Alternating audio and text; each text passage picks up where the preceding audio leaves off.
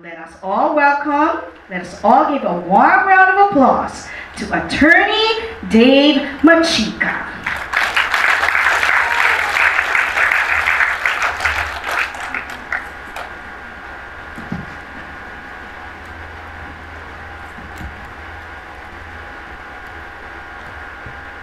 To Teacher Ana Medina and her family, to the distinguished judges, and to parents, relatives, and friends, and to the recitalists, good afternoon.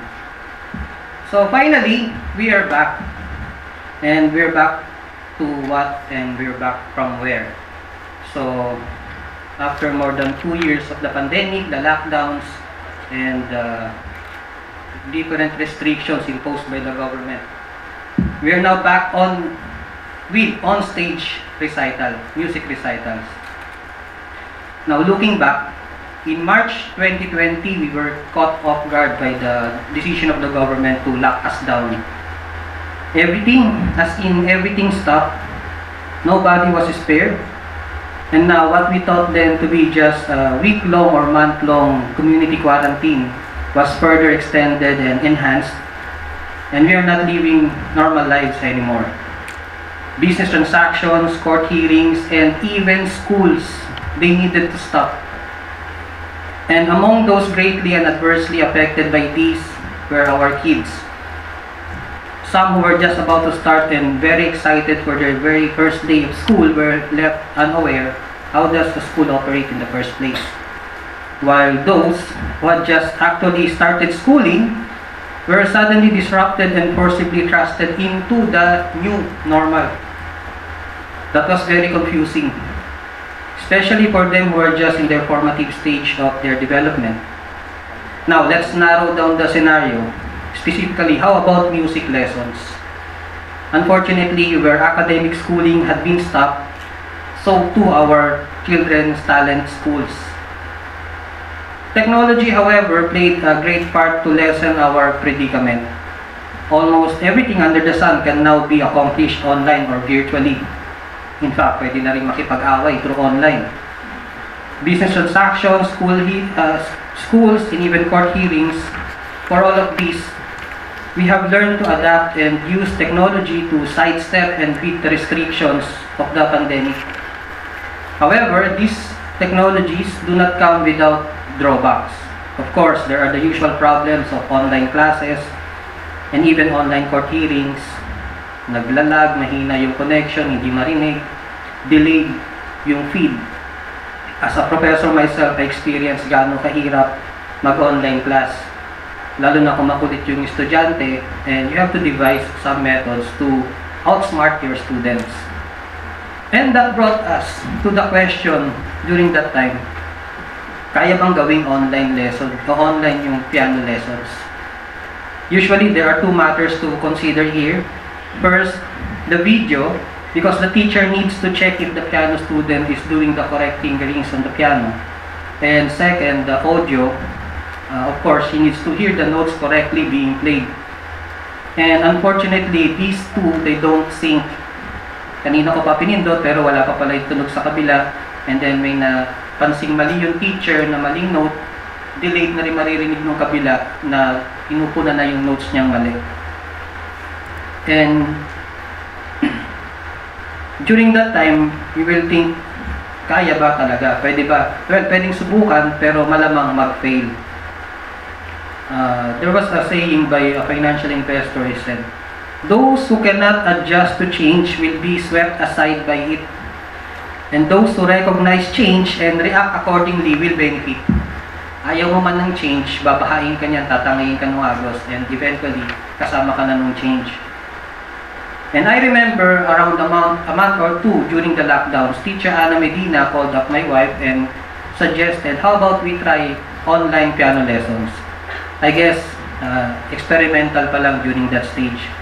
And we tried. So far, mahirap sa umpisa. But she took it seriously and reacted accordingly. And from what I know, she underwent training for teachers on how to conduct online classes. And I think meron ding specialized classes on how to conduct online piano lessons. To Teacher Ana's credit, she adjusted to change. She embraced the change and she did not resist it despite the drawbacks that those changes entail. And we are so happy kasi life went on for her students, including my son, Steve. Hindi siya nabakante sa piano lessons during that time na bawal lumabas strictly. But Teacher Ana did not stop there. I thought she asked herself, ano pa kayang kayang gawin? How about virtual recital? And that's history. My son was able to participate in Teacher Ana's first and second recitals, which were done virtually. So today is the third on stage. Now, a good piano teacher worth her salt knows the value of stage as venue of performance. Truly, in those 2 years of virtual classes, nakapag-aral nga ang bata ng piano. However, we noticed one thing. Our son, who used to perform publicly, nagpe-perform siya noon before pandemic sa hotels, sa malls, sa events, confident na siya dahil na-training siya ng recitals. Suddenly, he lost confidence kasi nakatago na lang eh. And knowing her students by heart, we witnessed how Teacher Ana worked out to come up with an on-stage music recital this year. So ito na yon. Now, if you would analyze the timeline, reservation in this venue cannot be made overnight, over a week, or over a month, in a month's time. So apparently, wino-work out na pala niya ito as early as the first or second quarter of this year. And if I remember correctly, during those times, hindi pa talaga pinapayagan yung mga bata lumabas. Or if pinayagan man later on, mahigpit pa rin yung restrictions. And not in an event or gathering like this na maraming tao. So yung face-to-face classes nga in academic schools, October or November pa lang yata fully implemented. So, what does this mean? Advanced mag-isip si Teacher Ana. During that time, naisip niya kagad, she had the foresight na matutuloy ngayon. Pero seriously, it's a gamble on her part. Kasi, like, what if hindi pa rin talaga natanggal yung restrictions up to this month? Di na in vain lahat yung kanyang efforts, gumastos pa. But the gamble paid off and we are very thankful to her for that.